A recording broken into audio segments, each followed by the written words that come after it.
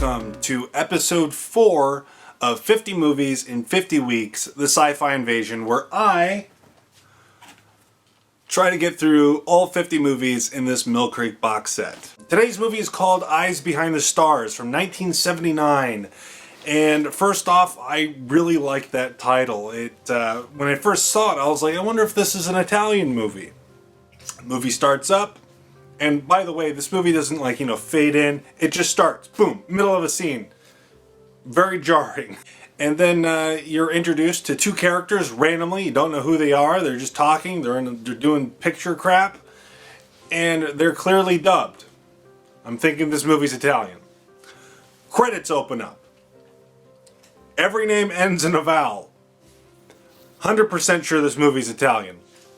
I Google it. Sure enough, this movie's Italian. Yeah, the movie starts up on a random scene. They're doing stuff in a dark room, and then bam, UFO credits. The UFOs everywhere, and it's very cheesy, very lame, but also kind of charming.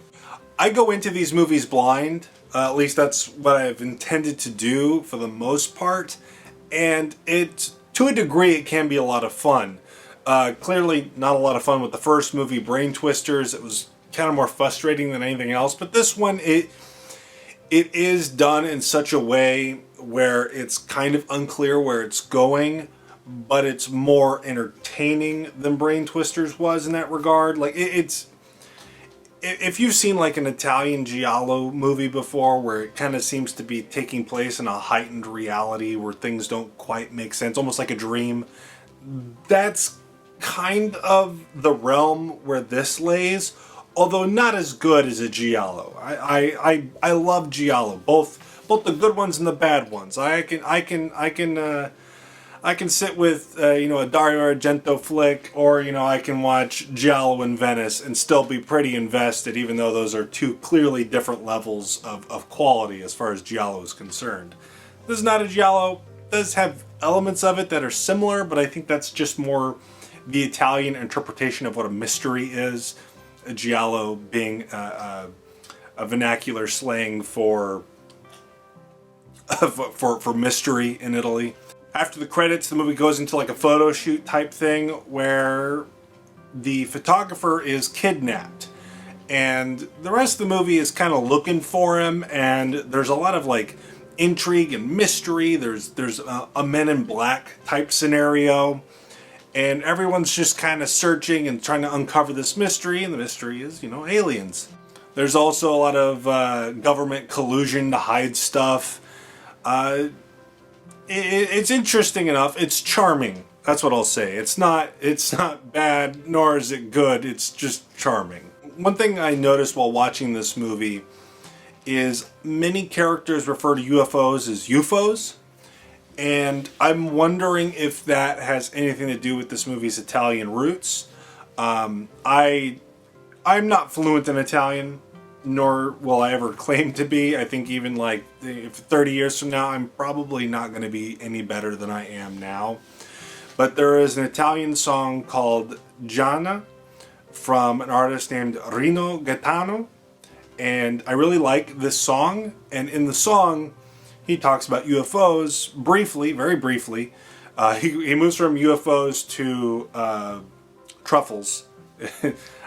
It's a weird song, but he calls it UFO, and I can only speculate that UFO is just what they call flying saucers over there, because in America UFO is it means unidentified flying objects. So literally anything could be a UFO, from an airplane to a bird to a flying saucer. So I'm wondering that if that didn't translate across the pond, and our cousins on the Sunny Peninsula just call them UFOs instead of flying saucers, or whatever a flying saucer would be in Italian. Like I said, my Italian's really poor, so I don't know what that means. I'm just speculating. I'm probably putting bad information out there. Whatever.